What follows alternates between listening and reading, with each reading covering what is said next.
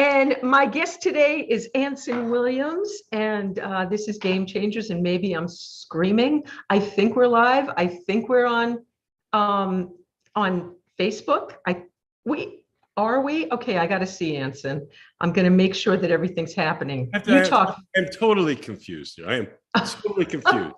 Are we on Facebook or Mars or Jupiter or Tweet? Where are we? You know what, Anson? It worked. We are live. We're live. We're live, and I'm taking. Oh my God. We're live, and I'm taking us public now, so it's working, which is okay, good. Great. Where are we? We're everywhere. And we're here, there, and everywhere. I have to be careful where I end up here. I really got to be careful. I have enemies. Okay, I can't. Please don't put me on YouTube. It's a problem. Really? No, don't say that, because I'm trying to do it, but you know what? I don't know if it works. Jeez. I'm too good at acting. I'm trying to put us everywhere, but I don't think the other platforms are working. I don't think I did this right. Well, okay. I'm doing my best. What can I tell you? We're on Facebook now? We are on Facebook. It's been a nice interview. Thanks. Just kidding. I don't know if we're anywhere else that we're supposed to be. What's the word now they have for it? Mega maniac? Meta. Oh, meta. We're meta? Well, hopefully we're meta. Is that hopefully. Is that Greek? Egyptian? What the hell is it? I don't know what it is. I'm a meta. Medicare? What? A or B or C? What? Meta. Okay. I wonder if they had large subject groups getting that name. You know what I mean? I wonder if he spent like a couple of $1,000,000, figuring out the exact name. And you think? And all of a sudden, meta. That's it. Meta. Everything. That's the best word in the world. Anson, yes. We are live on LinkedIn right now. It worked for that. Live on LinkedIn? We're live on LinkedIn in addition to Facebook. That means Zuckerberg could have seen that. I'm dead. Okay, so now I want to see if we're actually live on YouTube. We might be live on YouTube right now too. Really? I told you. Yeah. This might actually work. There's a contract out on me from you on YouTube. Now I got to be careful. I think we are. It's a violent channel.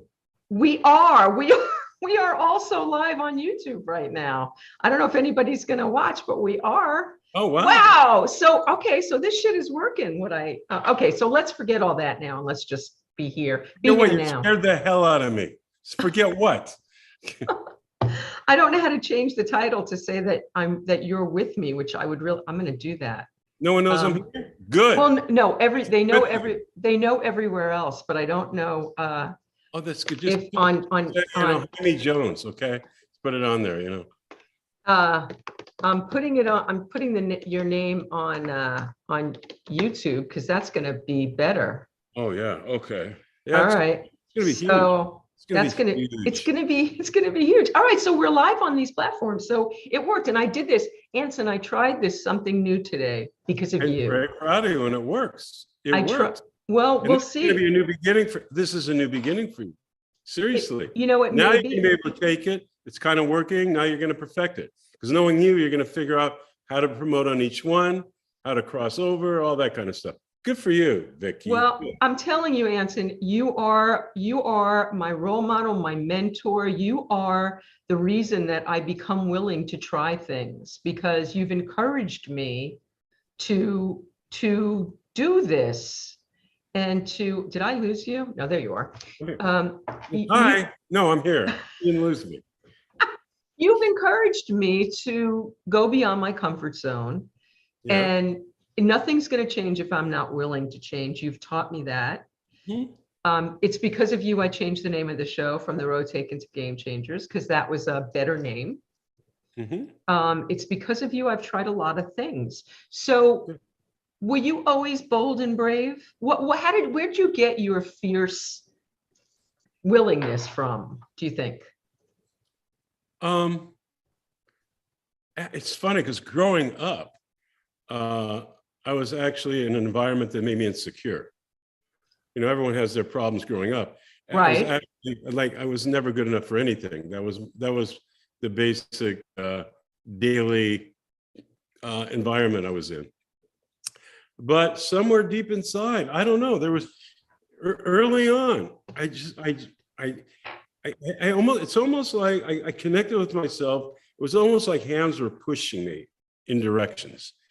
And when I left the house at 18 years old to go into entertainment, which is, I had better chance to win the $3 billion lottery. I mean, just a kid walking out the door at 18 and not knowing anything, had a little music background or something, but literally clueless. Wow. 3 years later, not that we were rich at all. I mean, we were actually lower middle class, but 3 years later, I was making more than my dad. From literally standing in lines. But Okay, it was all feelings. I knew it. I just knew it. It pushed me. And like even Thomas Jefferson, you know, the 3 words, you know, you could, every self-help book. Right. Only 3 words. How about if I told you, I can change your life. I can give you the greatest self-help book in 3 words. Go ahead. Yes. You buy it? Did you buy it? Because Thomas Jefferson pretty much invented it too. There's 3 words. 3 words. 3 words that will make your life or break your life. And we really don't have to talk anymore about how to get happier, you know, how to find yourself, how to find your direction. 3 words. Go ahead. Cause and effect. I'm writing it down, Anson. Cause and effect. Every word you say, every thought you think, every step you take, every food you eat has an effect. It's the cause Absolutely. and the effect. And even Thomas Jefferson said, you know, everyone's looking for God. They're looking for God. They're looking, and he basically said, you know, it's right here. He said, good and bad. You're right. It's right here. If you listen, he said, if you put your finger in a fire, ooh, what's the effect? You're not going to do it again. Right. If you're unhappy and you keep doing the same stupid habits every day, same thoughts every day, always taking you to the same place, it's like a bad effect. Change it. Change the cause, for Christ's sakes. Wow. And that's everything. What you say, what you think, what you eat, how you drive, blah, blah, blah, everything. Aware of your actions, aware of your thoughts, aware of your body, aware of responsibility, aware of drinking too much, aware of smoking too much, aware of exercising correctly, aware of, I'm so happy because I'm balanced. I'm going to keep doing that because I feel great. You know, God, I'm not going anywhere. Why do I keep getting these asshole relationships? Why can't I lose weight? Why can't I make it in my business? Why? There's a reason. And there's a cause. And, I love that. And it's the effect. That's it. I mean, if you look at even, what's her name, who did Book of Miracles and all that? Marianne Williamson, yeah, Course in Miracles. All this, it all comes from the same book, Ernest Holmes. Right. The mind, you know, spiritual thinking, it all comes from there. In fact, Norman Vincent Peale, who really was a wonderful, positive thinking minister who, you know, he wrote The Power of Positive Thinking. Right. And he at the front of the book, you'll see, thank you to my friend Ernest Holmes. Because Ernest Holmes' book changed his life and gave him the inspiration and the power to write The Power of Positive Thinking. And to this day, nothing's changed. And the problems, but we're not getting enough motivation to look inside ourselves. It's become an outside world, Vicki. Everything's outside. Soundbite society. Oh, what's it say on Twitter? Oh, what's it say here? No one's taking a seed and planting in the dirt and watering it. You know, everything is surface. Everyone's living an icing life, no cake. Just moment to moment to moment to moment to moment. And they don't know who the hell they are. They don't know where they're supposed to go. They don't know what to be. They know they don't fit what they think they should fit. But that's who you are. Step back, learn to meditate, start really thinking about what you're saying, really thinking about what you're thinking, the words that are coming out, feeling a bad thought about somebody, you're going to get the effect of that. And, you know, and I tell you one thing, your mind, man, you start thinking negative stuff. Yeah. I know for a fact, man, your body chemistry goes, you can feel it. You can feel it affecting your health. Absolutely. And that's when they say heal thyself, you can.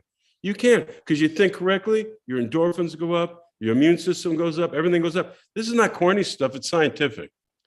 How you think, and how you eat, and being moderate in certain situations, and not going into situations. And a lot of times people do this stuff, they kind of want to get hurt. They kind of want to like feel that pain, because then that's a psychologist's time. They don't deserve to be happy. That's the other thing. People really feel like deep down, I don't deserve to be happy. I just don't deserve. So subconsciously, so I'm going to do everything to make myself not happy. And then what you have to do is you really need professional help. You get in there, you straighten yourself out. And then once you understand who you are, why you're thinking, why you're where you are, you now be very, very conscious of your actions. Every action is an effect. But Anson, you did this very organically. This is not something, I mean, you did this as a kid. You took this on. Were your parents, now I believe I know the answer to this, were your parents supportive? Did they put you on a positive track? No, on the negative track. Okay, no, so how did you know to? Well, but I was a mixture of like happy and awful. Feeling no, because I mean, it's funny, as far as career and entrepreneurialism and all that kind of, it just was a natural cause and effect. It was a natural place to be. Life, I made a lot of mistakes. It took me years to understand what I'm talking about. You know, it took me years to understand what cause and effect is, how it affects not getting involved with outside influence that are just people trying to use you to manipulate you. I mean, this is what it's all money and this, everyone wants something from you. And everyone tells you who you aren't, because if you knew who you are, you wouldn't spend as much money. You need this cream, or you need this thing. Everyone's looking for the magic bullet. Everyone's looking for the magic energy thing. Everyone's looking for the magic workout. There is none, zero. There's no magic. There's no magic. There is being sane and with clarity and and stopping and facing yourself. When you start facing yourself and you go, ooh, and you start realizing the effect it has on your body and your brain by bad thinking and bad eating and whatever, then you change. And that's when you want to surround yourself with good people. You want to surround yourself with friends and members of family that make you feel better about yourself, not worse than yourself. So I'm rambling on and on. No, you're not really rambling. It's all good. But I'm curious because you seem to have this naturally. Okay, yes, you were a combination of the positive and the negative, but you adapted, you took to the positive and you ran with it as a kid. Yeah. Was that instinctual? What was that? Yes, it was. Even today, Vicki, I never made it as big as in terms of show business, George Clooney or Tom Hanks or any of that, right? But I've gotten high enough, I've lived enough, met enough people, had enough of the experiences that are total fantasy growing up. Absolutely. And I just knew, this is just icing. And it made me want to, I remember my safe place growing up was this little tree we had in the backyard. I'd climb that tree, and if I got high in the tree, it just calmed me down, And I got to get back to climbing the tree. I got to get back to and not worrying about the Emmys or the Golden Globes. I got to get back to climbing the tree. I got to get back to being me, And I just know it. And what I tell people today, maybe I'm here to preach that. Maybe that's because I wrote a poem. I was 18. I'll tell you how low I was. I remember these lines. I felt like an empty well and knew the meaning of hell. Wow. I wrote that at 18. Wow. Yeah. So Anson, what is it that pulls you back? I'm sorry to interrupt you. What is it that pulls you? Because you don't stay in that place. I know you, I know your story, and it is filled with one brave, bold, daring success after another. So when you're in that dark place, how did you pull yourself out of it? How did you know to pull yourself out of it? Well, it wasn't just me to pull myself out of the dark place.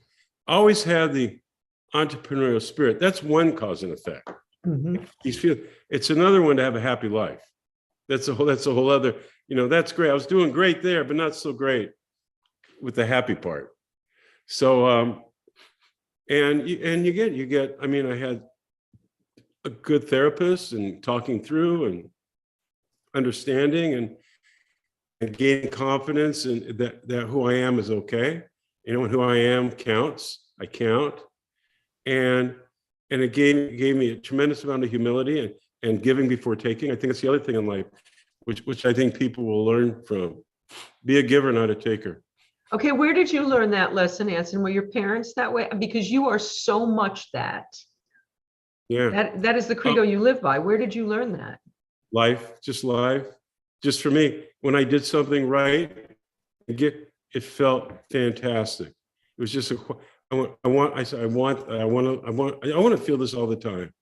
And when you're a giver, what you get back is abundance. And it's not just giving money. It's like literally the littlest thing. The littlest thing. Everybody's as important as you, no matter who it is. Give them 100%. Whether it's someone on the street or a Starbucks worker, or a city worker, whatever. And if they could take the time to look in their eyes, just take the moment to go, hey, hi, you count. I see you. You're 100% in my life right now. If it's 10 seconds. I've made you retell this story before, but there was you had a car accident a few years ago, and a kid hit you. Do you remember that story? Where the kid hit me? A kid hit you, and he was very nervous, and he gave you his license and registration. Oh, yes. Can you tell that story? Because that's a great example of what you do. God, I think it's the only time I've ever told that story, and you remember that. I went, oh my gosh, what? Oh my gosh. Because to me, it was like a thing, It's huge. Happening in a day. No, we're going along. I'm going along on the freeway. And all of a sudden, I'm stopping, and the guy behind me didn't stop. Probably hit me about 5 miles an hour, but good jolt, right? And I get out, and it's this young kid. I mean, probably 18, 19, a younger kind of guy, and tattoos and stuff. And he came out, and he was, I can't even, he was just so nervous and scared, and oh my dad, don't the insurance, and I looked down, I didn't mean it. And I'm looking, and so I went back. There's like just a little thing, right? And probably I'm thinking most people would, I'll take advantage of this, right? But I saw this kid, and I just said, I said, I've done that. I did that when I was a kid. I've done that. And I said, just, it's fine. You got to promise me one thing.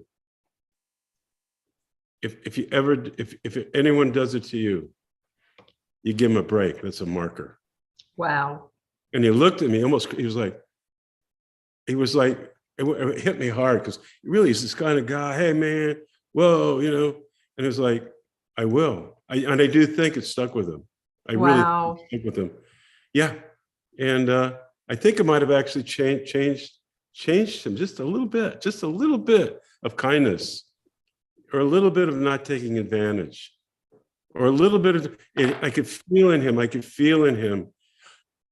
a humanness I didn't feel at the beginning. I just felt connection of like humanity.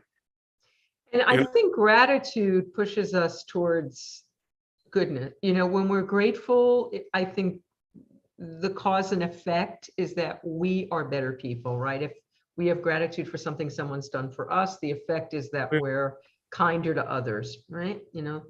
Well, it's totally, I think I told you another story when I was God, 17 years, maybe 18 years old, no, before 18, 16 years old, 17 years old.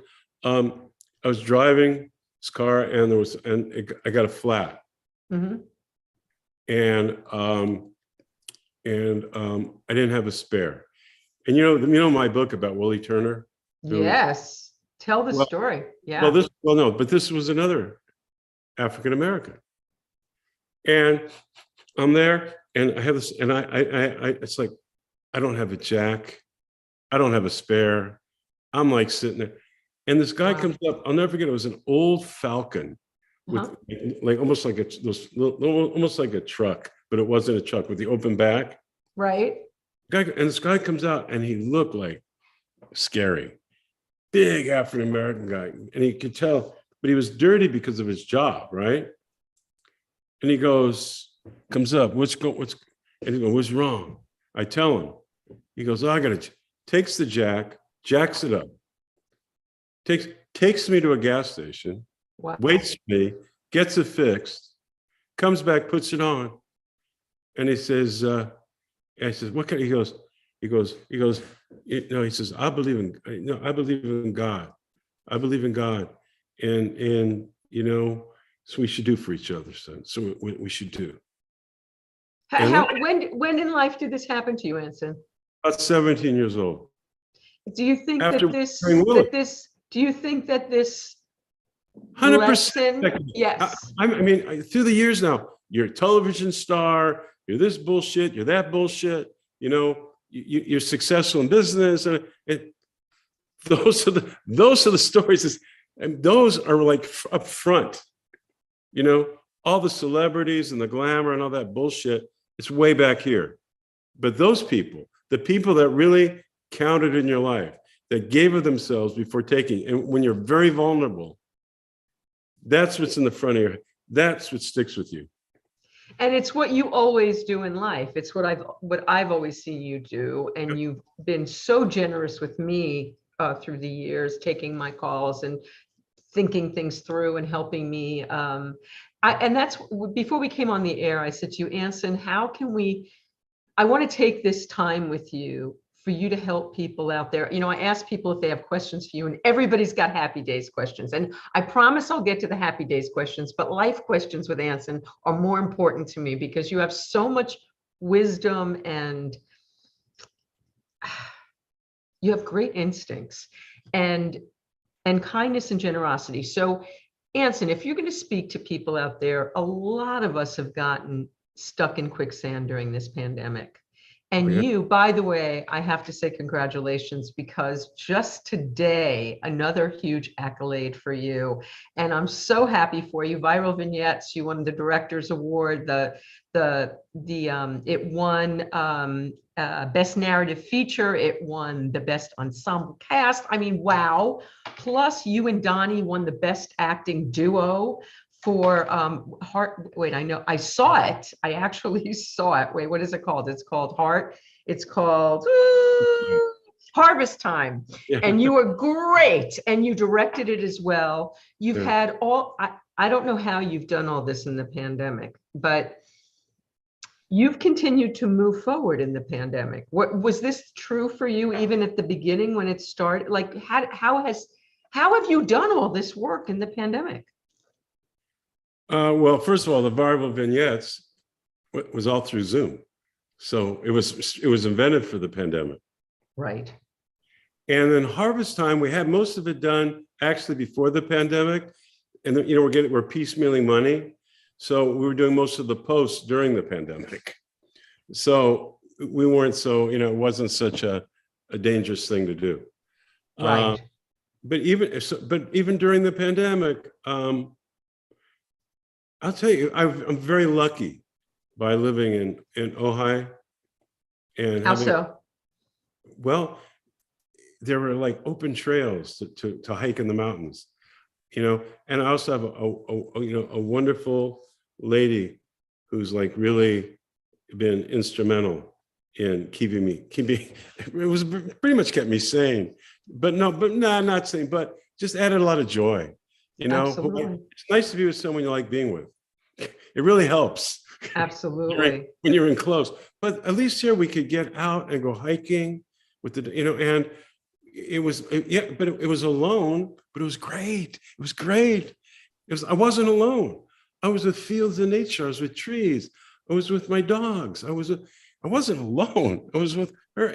I was in actually where everyone should be for a while. I was with me, and I was, and the natural law of the world. And I was very fortunate because, most folks, you're in apartments, you're in the city, and we're just very lucky to be here in Ojai, where that opportunity is kind of outside your door. So, I used opportunity, but like I said before, no matter where you are. The other thing is, in terms of the pandemic, and I always think this way, I've never been one to see what I don't have. I've always been one to see what I have. Wow. Very easy to see what you don't have. Absolutely.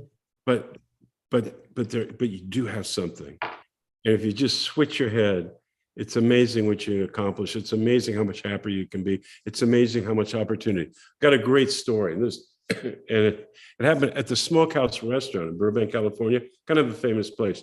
In high school, I was trying to get a part-time job there as a busboy, anything, going to high school.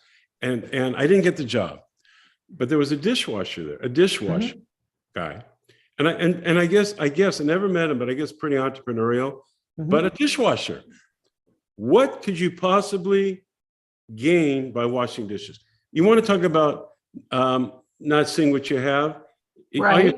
Soap suds and dishes and this, and like no way out, right? Right. That's what I did. This guy, he goes, this whatever the soap they use for the dishes, less spots. He said, I think I have a better idea for a soap. He created a soap to wash dishes. Wow. He brought it in. They were so impressed and they liked him so much. They didn't screw him. They helped him and brought in other people to help. Became a millionaire. Became a millionaire with his products at the time. As a dishwasher at a restaurant, he found opportunity. And damn it, if you can be a dishwasher and find opportunity, 99% of America has more opportunity in front of their face.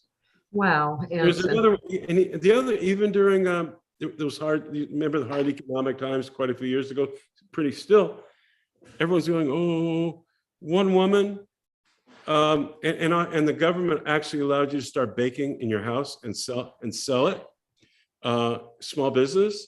Right. She went, everyone for years, her thing, she made a lemon cake. All of a sudden, she needed $300, $400, $500 more a month, whatever. She started making lemon cakes. Didn't even realize she's an entrepreneur and started fixing all her problems because through her lemon cakes. Wow. All I'm saying is, that's me. I always look for what I have, not what I don't have. And folks, that's the main thing. Look what you have, not what you don't have. And we've had long talks about that, Vicki. We have. You'll call me and bitch. I'm going, but you got so much going for you. Yeah, but I'm not going, but you got so much going for you. It's right in front of you. It's right in front of you. But Anson, because of you, and you are always in my head, as I was telling you earlier, because of you, this week I tried two things. I tried moving my show to my professional page. That didn't work.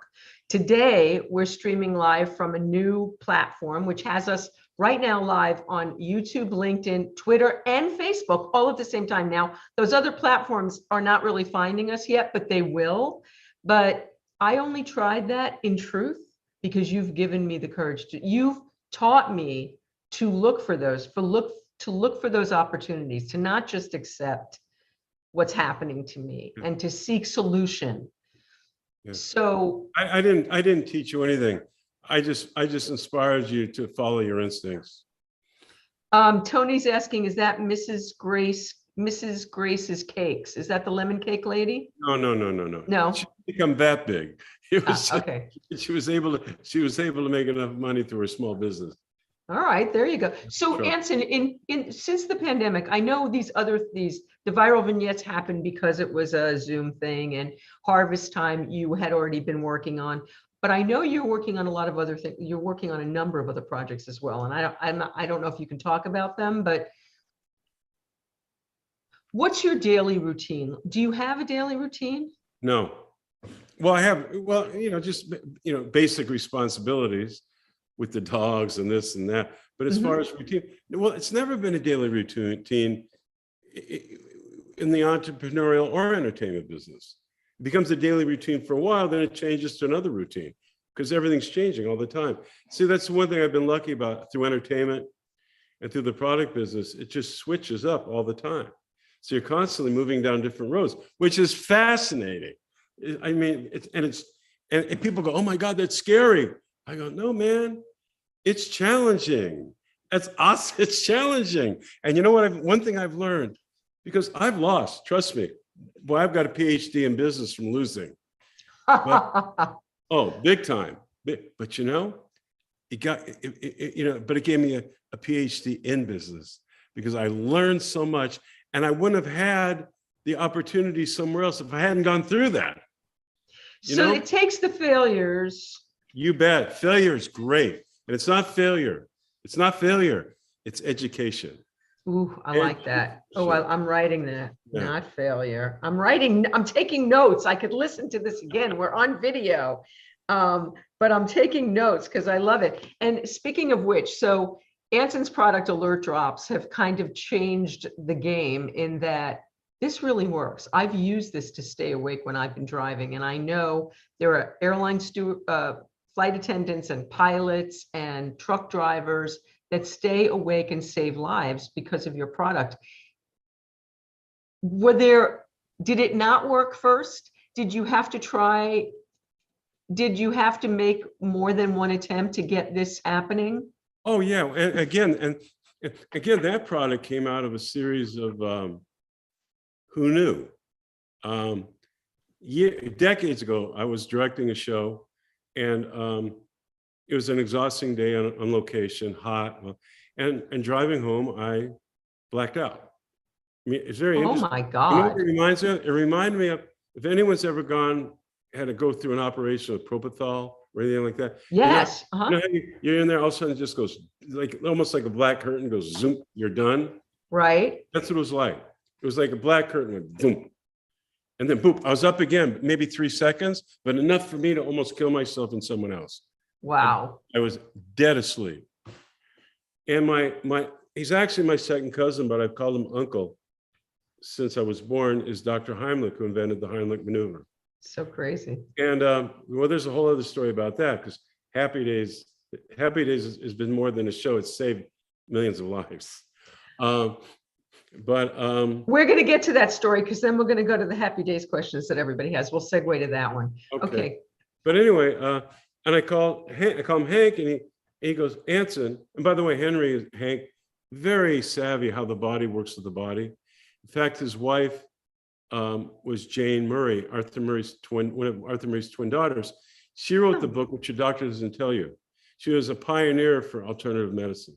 Wow. She actually was very inspiring to Henry, Dr. Heimlich, to look further than just Western medicine, that there's other ways. So anyway, so Henry said, hey, listen, keep cut up lemons with you. Mm-hmm. He said, when sour lemon citric acid hits the top of the tongue, hits part of the trigeminal, the lingual nerve. Right. And it has a reflex action. He's no different than when you go to the doctor and they're testing your reflexes. He said there's sensory reflex connection with tongue and brain. He said the action is adrenaline. When it hits, it's like automatic adrenaline in your whole body. Boom. Nothing in your system, your body waking your body. Uh-huh. So I did that for years. I'd have cut up lemons, and if I ever was exhausted, boy, boom. I mean, literally, boom, clear. Wow. So years later, I went into the product business creating problem-solving products. I love that. I just love creating that just as much as entertainment. And at the time, I saw how catastrophic drowsy driving was. It's second to guns. More deaths, more tragedies than medicated driving combined. And no one talks about it. So I thought, wow. So I had this idea. And I called Hank. I said, hey, what if we did a spray drop? Right amount of citric acid, sour lemon, water, bit of preservative for shelf life, and just spray it right there on the top of your tongue, right there. He got so excited. He said, "Oh my God!" He said, "It'll be stronger than a lemon. It's a direct hit." He says, "You will save more lives than the Heimlich maneuver. More people are exhausted than choking." Then he said, "Wow! By the way, it's more than drowsy driving. It's exhaustion in America, at work, tired mothers, whatever, wherever you need to have clarity, not just driving, but anytime you're exhausted and you don't make a mistake, medical jobs, blue collar jobs, you don't want to get so exhausted that your clarity's gone. So he helped me develop alert drops, and it took a little while to get the right balance. Citric acid, sour lemon.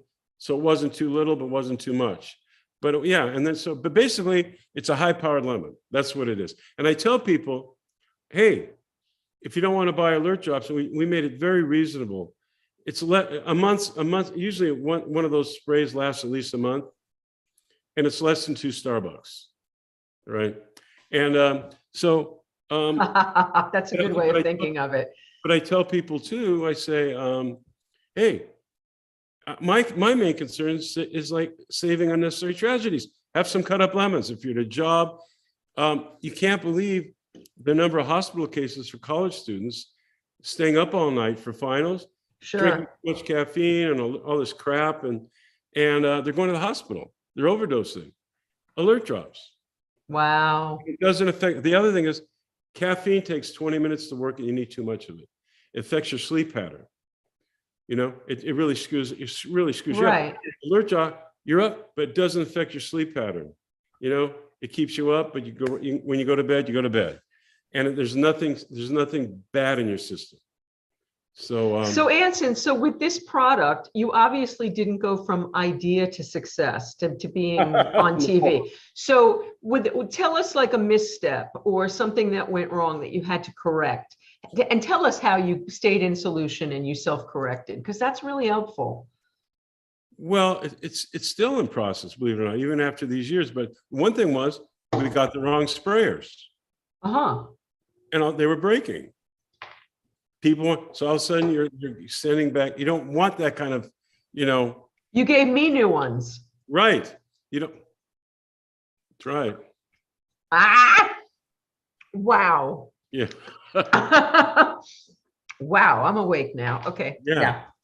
But so anyway, we had to let everyone pay back, refund them this and this and this, and and then it was very easy to go, oh my God. Or if you believe in it, you make it work. Got the new sprayers, got this. All of a sudden, some Congress people liked it, and all this. All of a sudden, we get honored by the United States Congress for the product. Wow. We get honored by the California State Senate. We get honored by Los Angeles Fire Department, police departments, this, that, everywhere. If people go to alertdrops.com, they can read all about it. They can read the story. And by the way, the science, it's old science. It's like 50-year-old science. It's nothing. We just made a better scooter. We didn't make it up. But Dr. Heimlich knew about it, knew how the body works with that. So it's just it's old science. We just made it so you don't have to cut up a lemon, and slosh around in your car.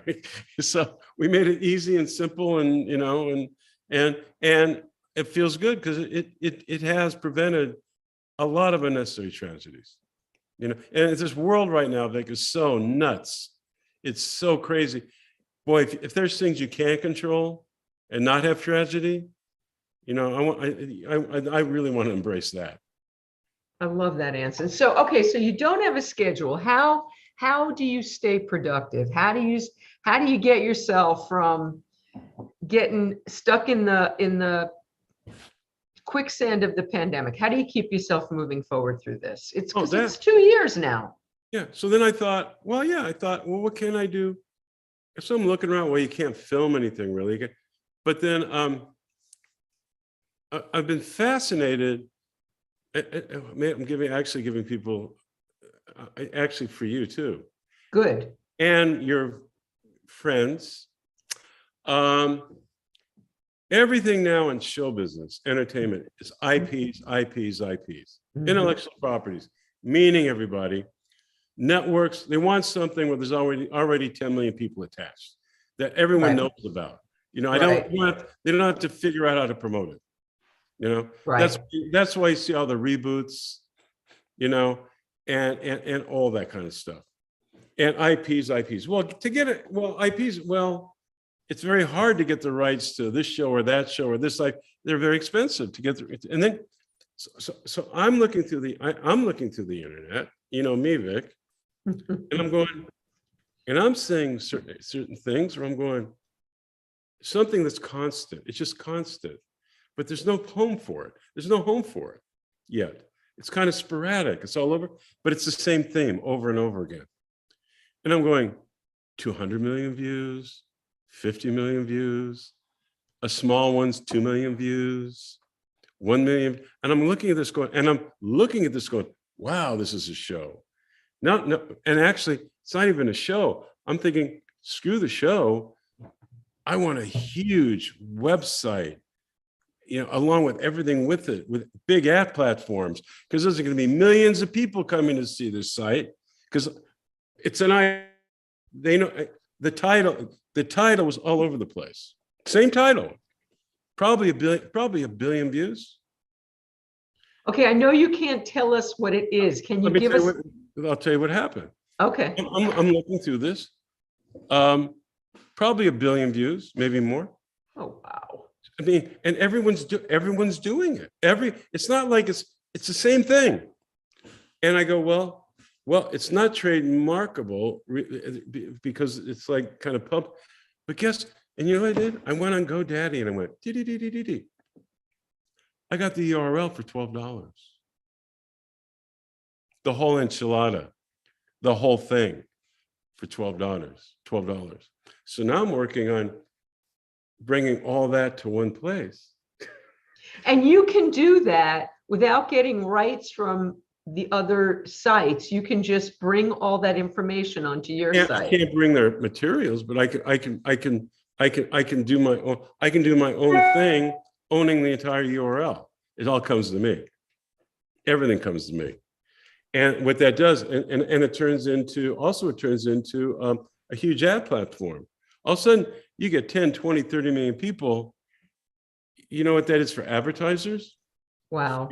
And guess what? It's an IP. It's an IP that I now own that costs $12.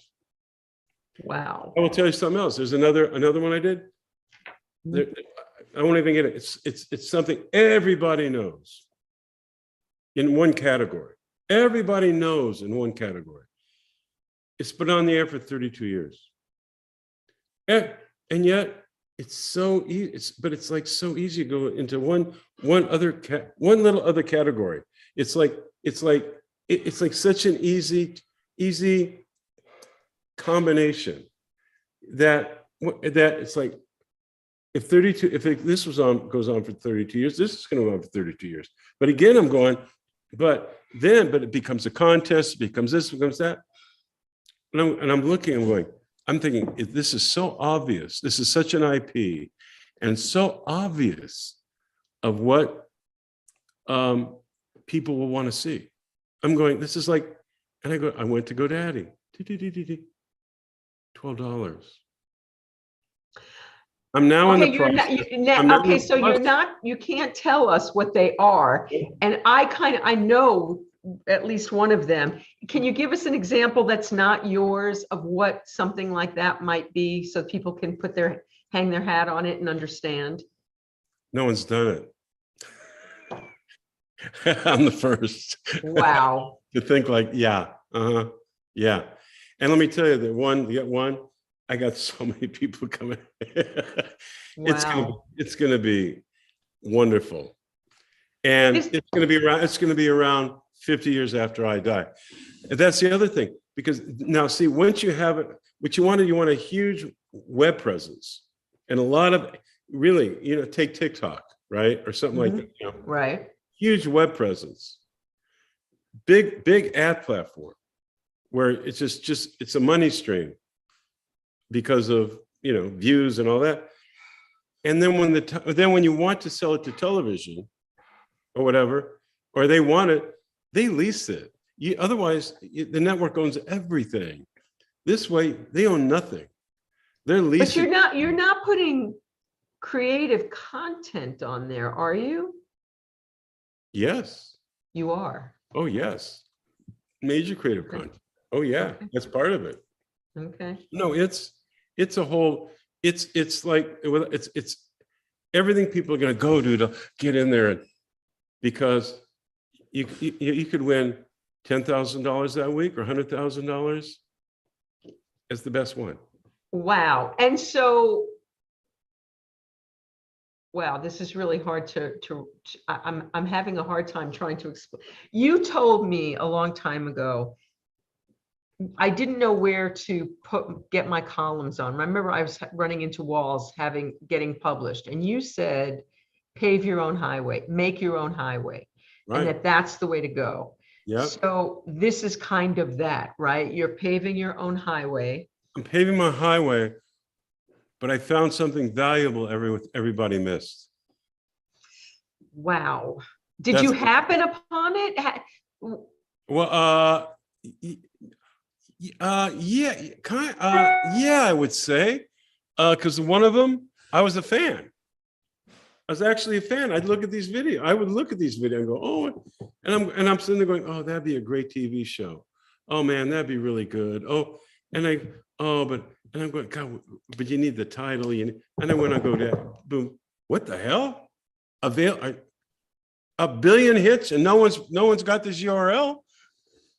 Not a hard sell. This is not a hard sell. Then I thought it was going to be a television show. And I thought, why? Why? It's more valuable. It's on the internet. It's much more valuable and much more pliable and much more control. And then if you do want to do a television show, which will be secondary to which you can make, on a popular website like that. Yeah. So prior to this website thing, you had big success on QVC with kind of the same sort of thinking, it sounds like. Find what people want and give it to them. Well, what was your success on QVC? I know you had a diet thing. Oh, we had about 50 products. We're on for 10 years. Wow. Yeah. Gosh, it also, well, I've always had a feel for products and how to market them and sell them, even as a kid. Okay, you have to tell the story now of how the very first thing you sold, your dad's stuff. Oh God, 9 years old, I think.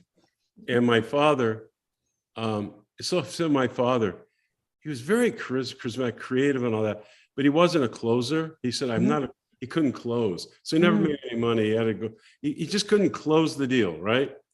So I guess in college or whenever he created this cartoon stationery in little packets. And he couldn't sell them. So they were in the garage for 82 years. I'm 9 years old, I found it. He came home one day and I go, here, Dad, what? I sold them all out in the neighborhood. Oh my God. He said, you what? There was probably, I don't know, but I sold them out. Did I ever tell you how I got a date with this when I was 14? No. Oh, there was a thing called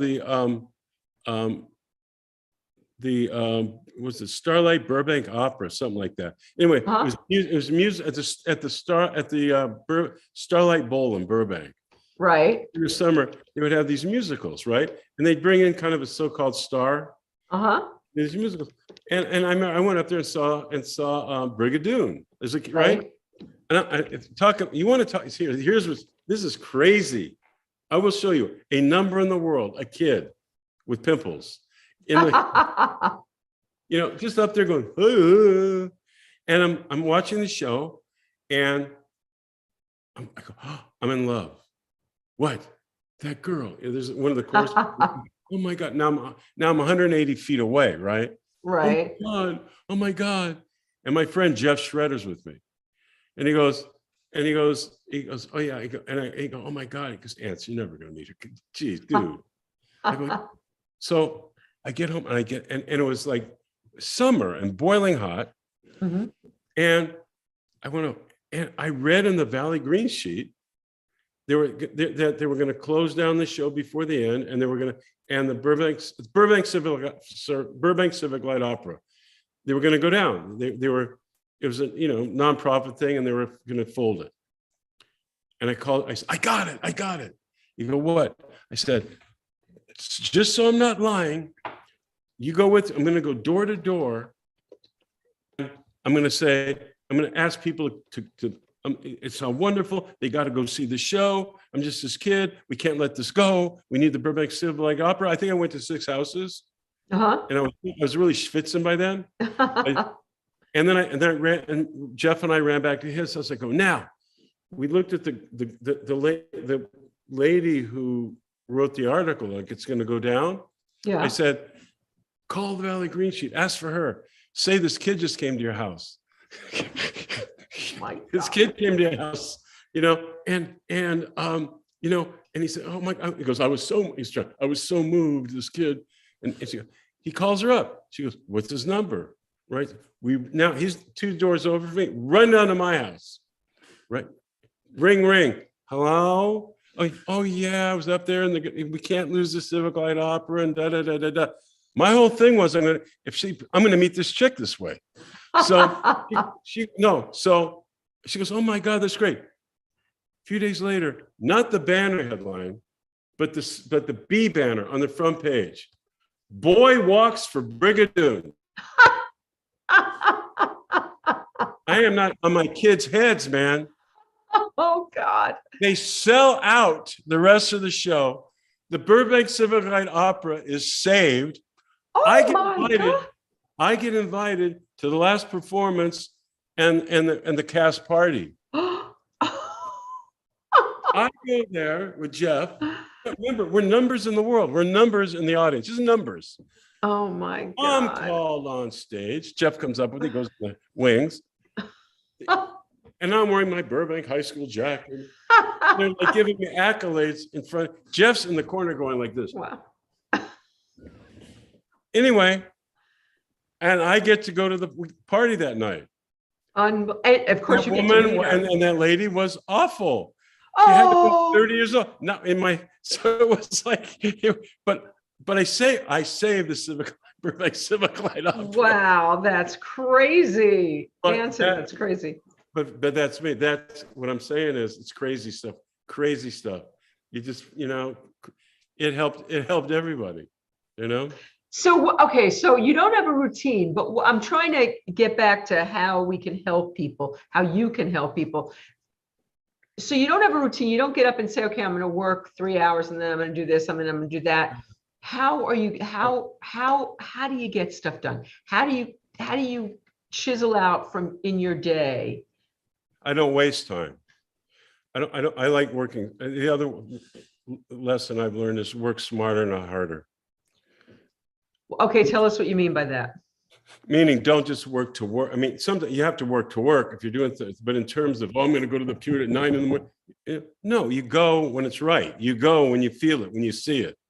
Mm-hmm. And with me, it's like I go, if I feel, I go with the push. I go with the push, and then Now, once you have something sold and it's going, then you have a routine. Right. You definitely. Whenever you have something going or right, when you have deadlines, you have a routine. Right. But to get to the magic, no routine. So were there days when you're uninspired and you just, okay, I'm going to go for a hike. I'm going to do some shopping. I'm going to play with.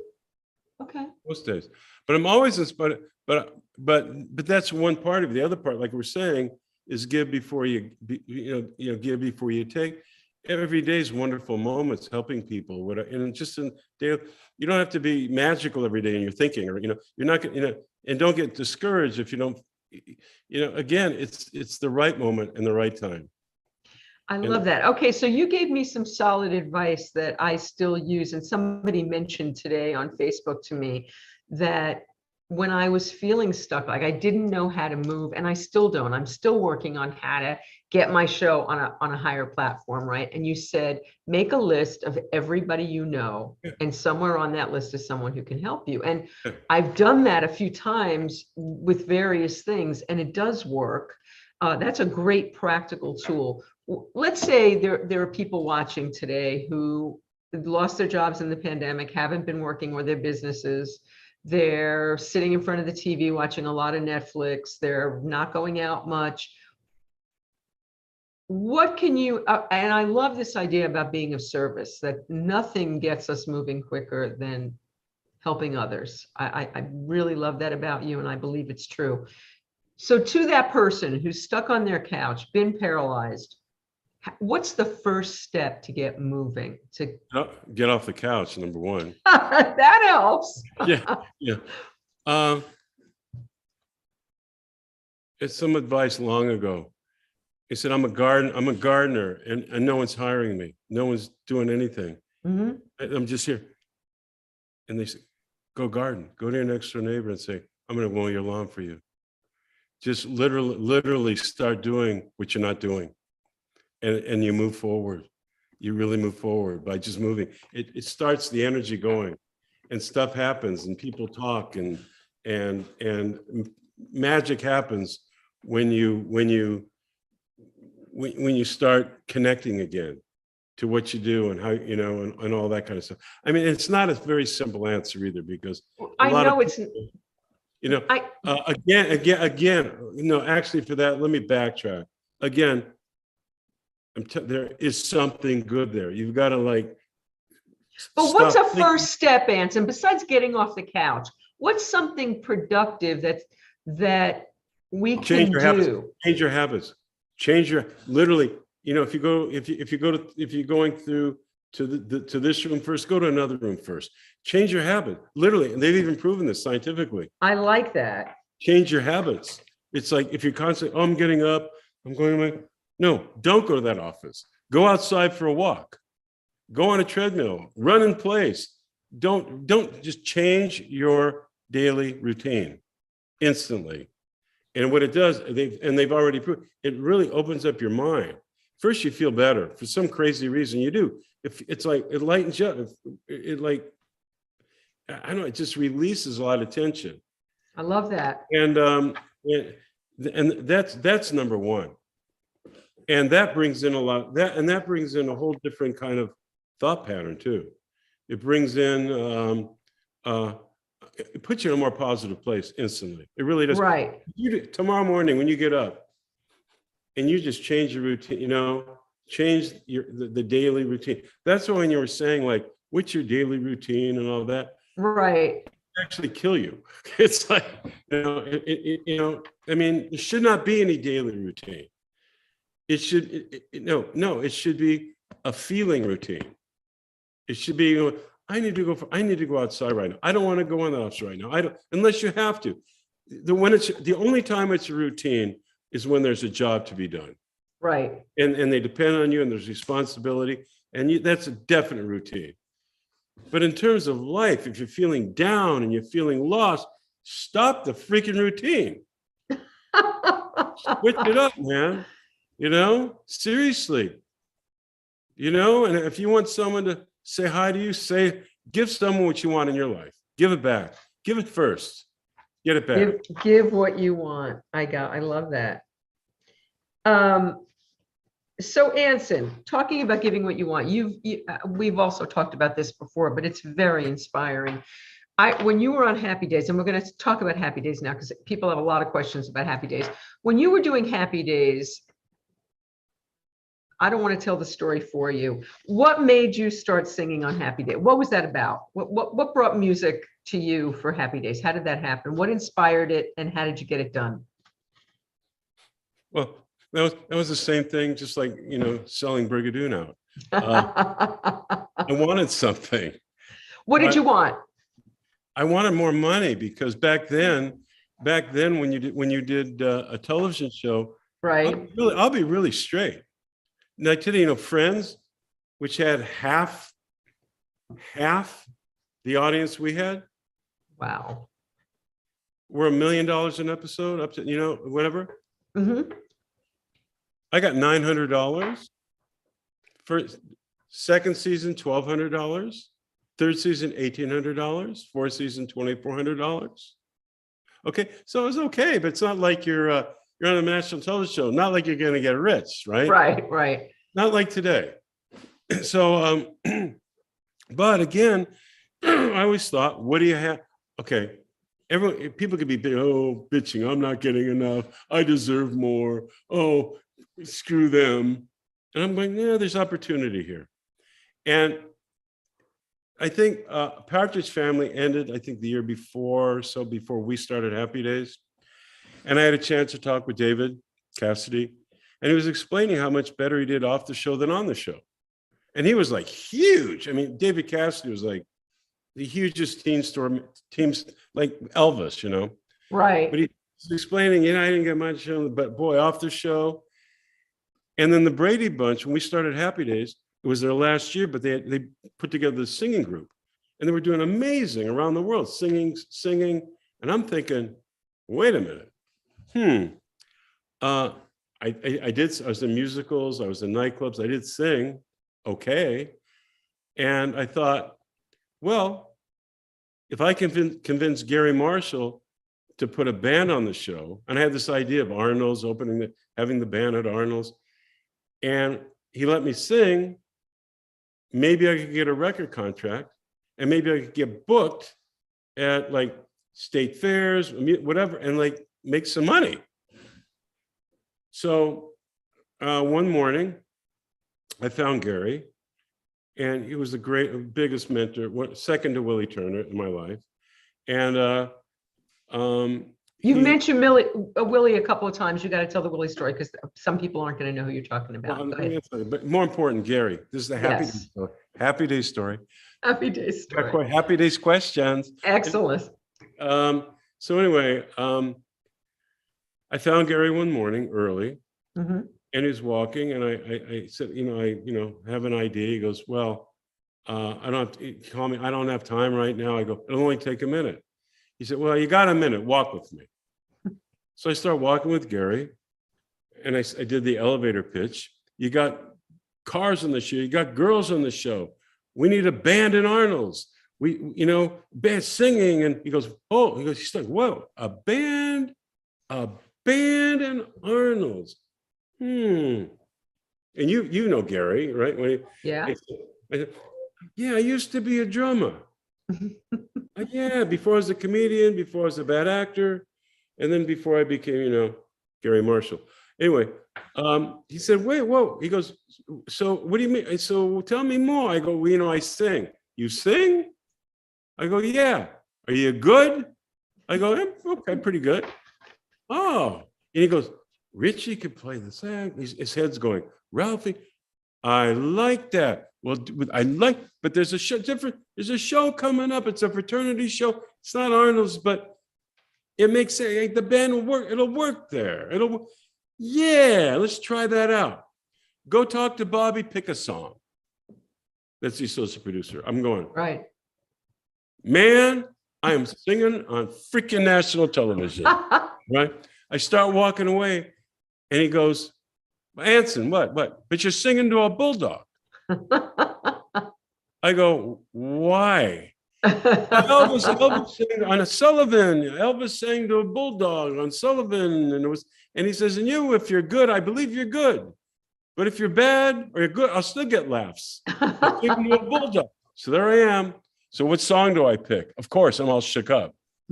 There I am going, oh, bless my soul, what's wrong with me? I'm itching like a man. And they cut to the the dog, right?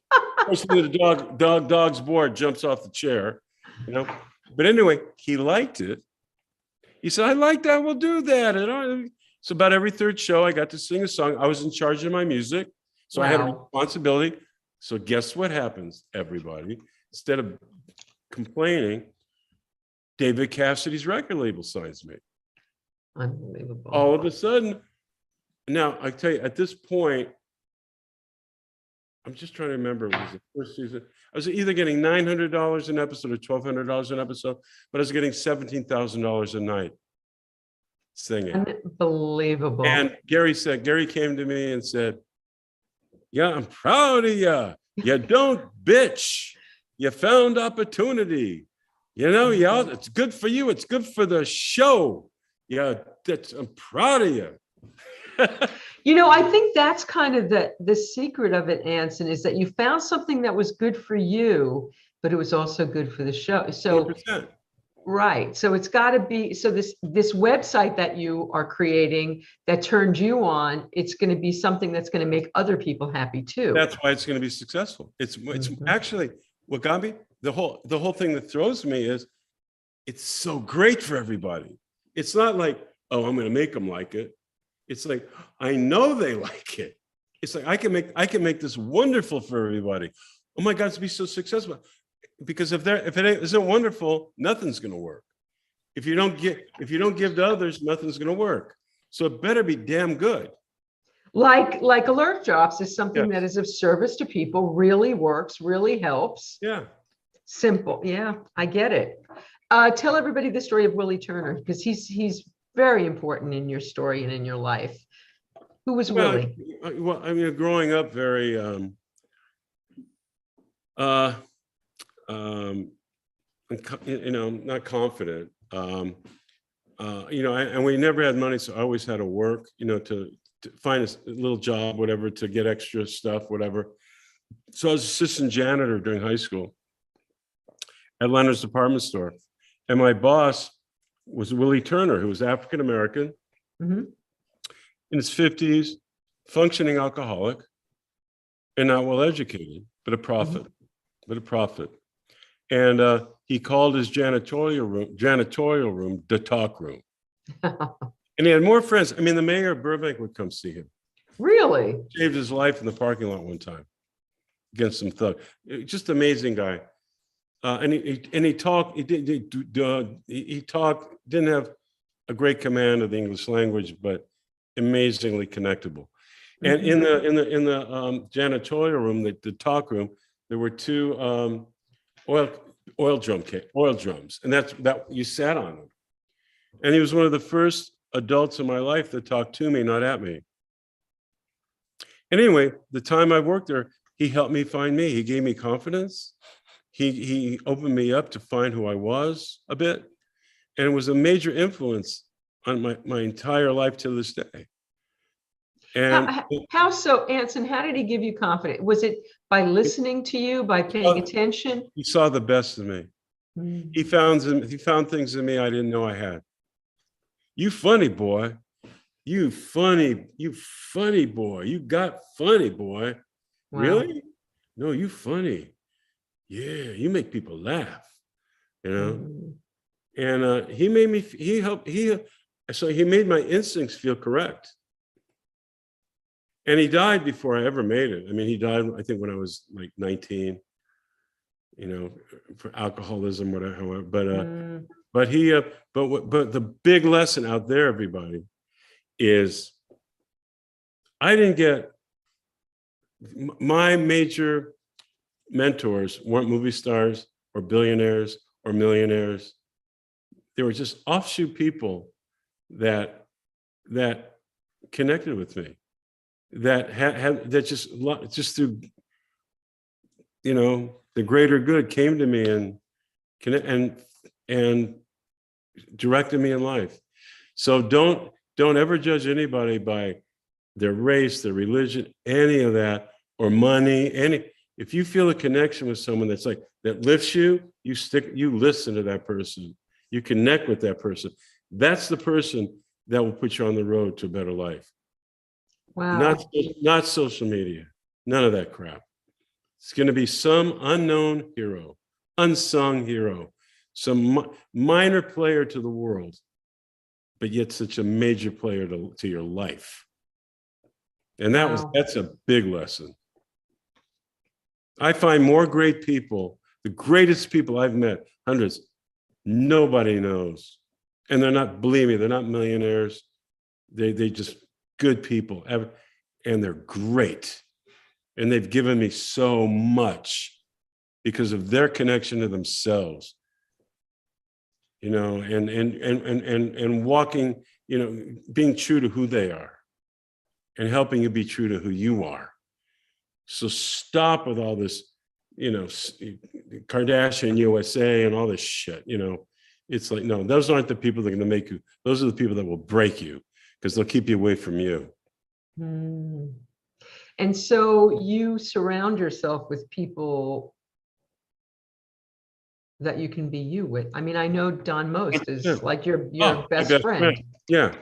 And you guys do a lot of work together as well.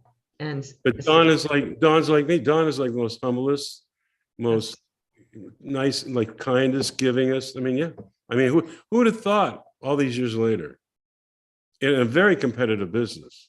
Absolutely. I mean, so were you friends right away when you, okay, Oh. So let's talk about Happy Days. So Anson, your father was not in show business. Mm-mm. Your mother not. How did you go from selling stationery out of your garage to being on TV? How did that happen?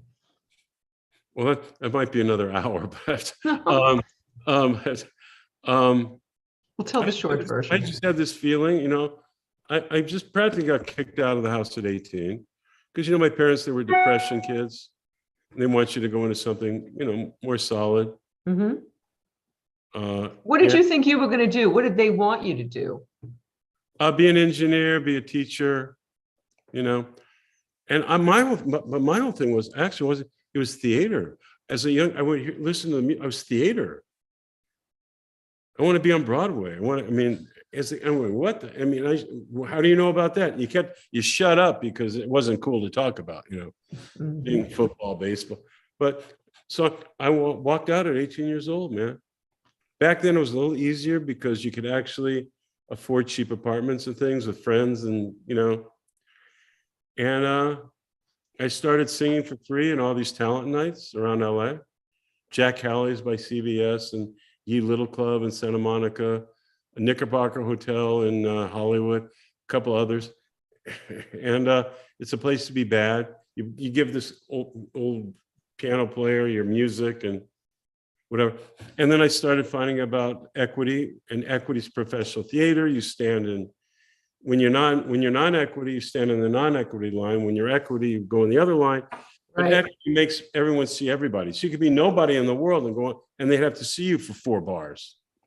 It's not unusual. Thanks, next. Actually, 1.5 bars. So I just started standing in line. And I won't get into the whole story, but stood in line. Started as an apprentice in summer stock. Wow. One thing led to the other. I said by the time I was 21, from 18, 3 years, I made more money than my dad's job. When I was 23, I landed the first Happy Days. When I was 22, I handled the first Happy Days pilot. What happened between 18 and 23? What kind of work were you getting? Oh, then I got Then I got a replacement job in Ivar Theater in Hollywood for a show called Victory Canteen, written by the Sherman Brothers. Mary Poppins did that. Got a commercial agent from that. I won't get into all the details of how I got an agent, but anyway, got a commercial agent. I started making a career. I started getting commercials, this and that. I started getting all the concerned boyfriend parts. I never had an acting lesson ever. Wow. You know, first thing I was directing. It was by. I was just going to ask you, how did you segue to directing? Okay, go ahead. Well, directing. Anyway, one thing led to another, and I went with my gut, and I started really, you know, doing very well. And then one thing led, but it's so funny. I was doing more drama than comedy. And then Happy Days pilot came along, didn't sell. Second one comes along years later, sales, blah, blah, blah, blah, blah, do all that. Then I really felt I didn't really want to stay in acting that much. I really wanted to go behind the camera. Garry Marshall opened up the Paramount lot. I was able to shadow Polanski doing Chinatown on the back lot. Wow. John Schlesinger doing Day of the Locust. All the musical numbers of Grease. Anything that was going on, they were my master class. This is my master Wow. class. And Ron Howard, we did a lot together at the early on, and learned a lot from Ron. And yeah, and then I produced and wrote before I directed. And then I was able to direct. And what I did was, I saw what I had and what I didn't have. I had Paramount Lot, which was college. And I had a mentor like Garry Marshall, who opened up the Paramount. So I could go, I was going to class every day. That's fantastic. How did you school yourself in writing? You're a Humanitas Award winner. How did you start that? How did you get there? Like I said, I always wrote short stories and poetry and that kind of stuff. Mm-hmm. And then you educate yourself on how to write a script. You read thousands of them, and so pretty much self-educated. Wow. And I just started writing what I felt or was connected to, and just, again, even when I was directing, no one gave me a directing job, by the way. Nobody. I had to sell it. I had to create it, sell it, and attach myself. Wait, how did you do that? I had this idea for an after-school special, mm-hmm. and it was about organ ownership. It was actually based on a true story, mm-hmm. And so I wrote it up. Went to a friend of mine. You wrote it? You wrote the screenplay for it? No, I didn't write that script. Well, I rewrote the screenplay, but okay. I wrote the story. It's from it, mm-hmm. And then I went into ABC and pitched it, and they said, "We love this," and then we brought in another writer to write it, and then I ended up rewriting it, and then we brought it in, and they said, "Great, we'll pick it up. Who's directing?" I said, "I'd really like to direct." "What have you directed?" Some plays, and they go, "Well, so that's when Ron Howard backed me. My own freaking show. I'm the producer, exec producer, and he said, and he knew I'd be okay, but if he screws up, and that was a big thank you marker from Ron. From me to Ron, and I said, okay. So I was able to hire myself. Wow. I hired myself, and then I co-wrote another screenplay about the youngest mayor in the history of the United States, which became kind of a major deal. And I directed that, and we got all this. And then I was hired. Then I was hired for a film at CBS, and then I started, broadening out because I was now accepted. Vicki, I had to create my own road. I had to find. You created your own highway. Yeah. I had to create it, sell it, and attach myself. You bet. No one's ever given me a gift. No one ever? Not once. You've seized all these opportunities. You've created your own opportunities. 100%. Wow. With a lot of help from people mm-hmm. that I would have gotten if I hadn't moved forward. It always takes a team. It always takes collaboration, but it wouldn't have happened waiting for it. Wow, I love that. Mickey Galena, who has met you a few times and said you've always been lovely with him, wanted to know, he knows about Sabrina the Teenage Witch. He's wondering what else you directed that he would know that you've directed a lot. Jesus. 300 hours. What are some of the favorite what was most challenging for you as a director? What did you sink your teeth into that you really loved? Everything I do. It's like everything. Well, I don't love it. I mean, when you get hired for television shows, some are great, some are not. Mm-hmm. When Spielberg hired me to do Sequest, the third year, that was great because I hadn't done a lot of effects or anything like that, mm-hmm. and that was. It was so challenging because it was huge, and I had so much fun just learning about all that technology, along with story and acting and all that. So that was monumental to me. And just I had so many good things. I did this real tongue-in-cheek film with Christopher Walken called All American Murder for 10 cents, which was challenging. He was wonderful. And then, God, so many, I mean, everything from very botchko shows, LA Law to soap opera shows, Melrose Place and 90210, to really difficult action shows like Hercules and Xena. Then I did a number of Star Trek Voyagers, Deep Space Nine, all these different and then quite a few pilots and this and that. So there's not one, but honestly, actually the most satisfying though are always the ones you create.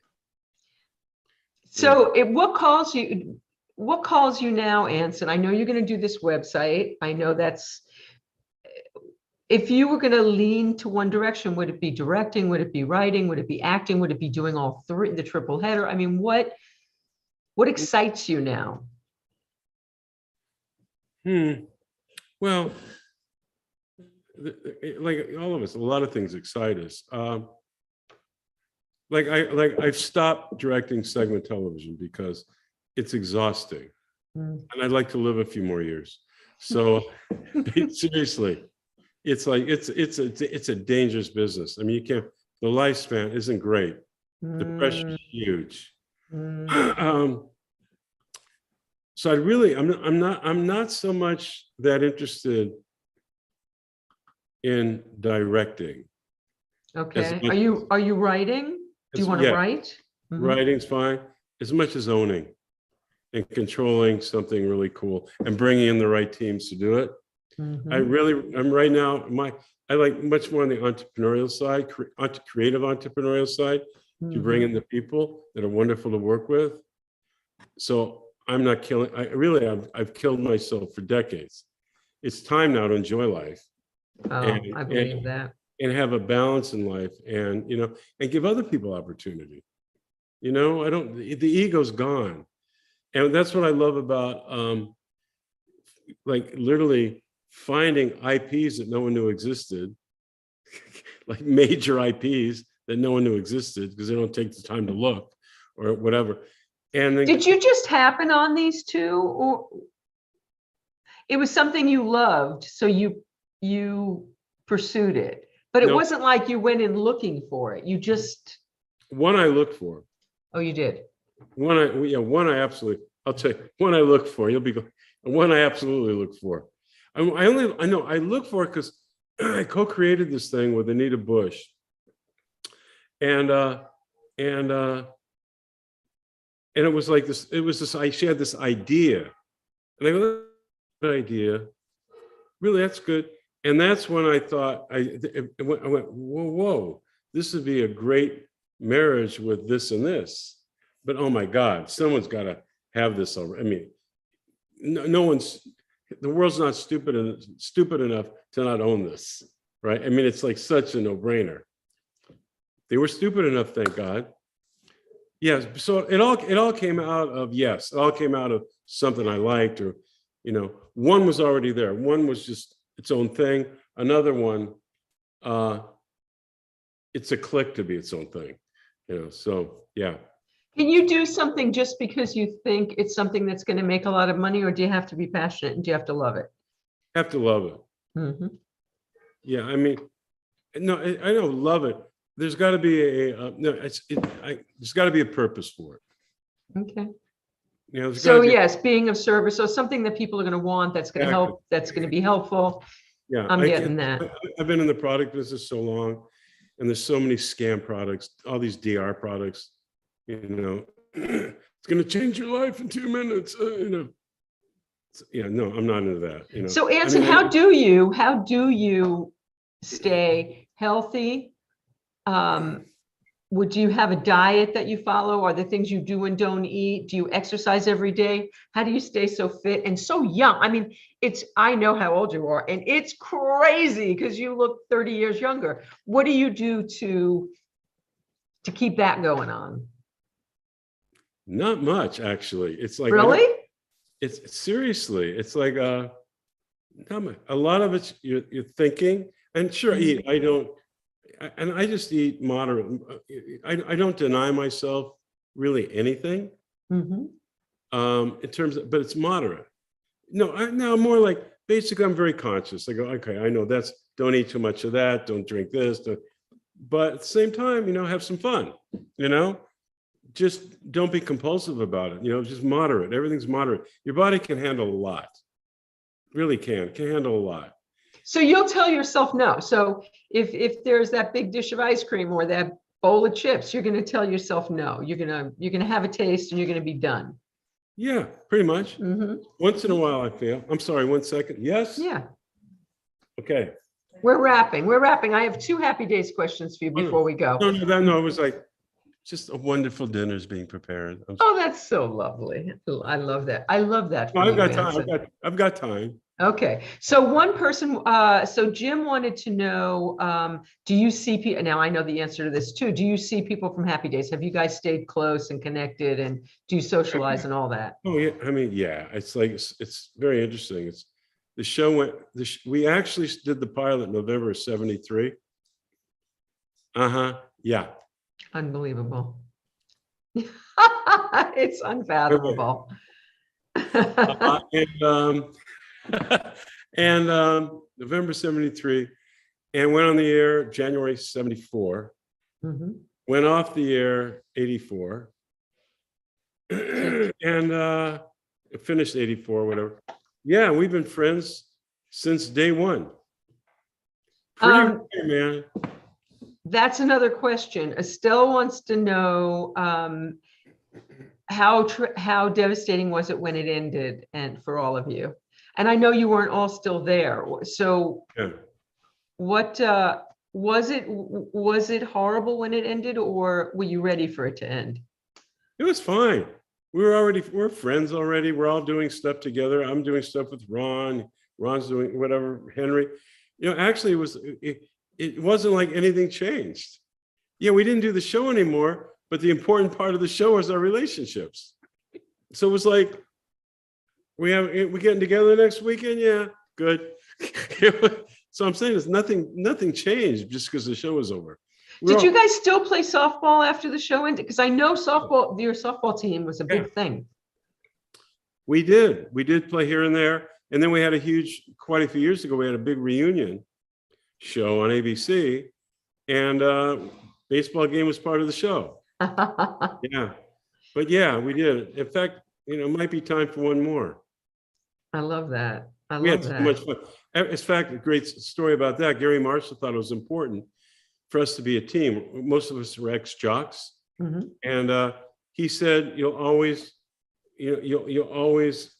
back your team member. You got their back. And he felt it would help on the set. He thought it would get rid of egos, the acting crap and all that. Right. And when they ask about your best memories of Happy Days, mm-hmm.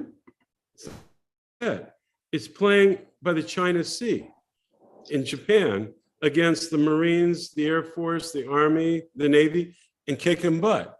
It's us in Würzburg, Germany.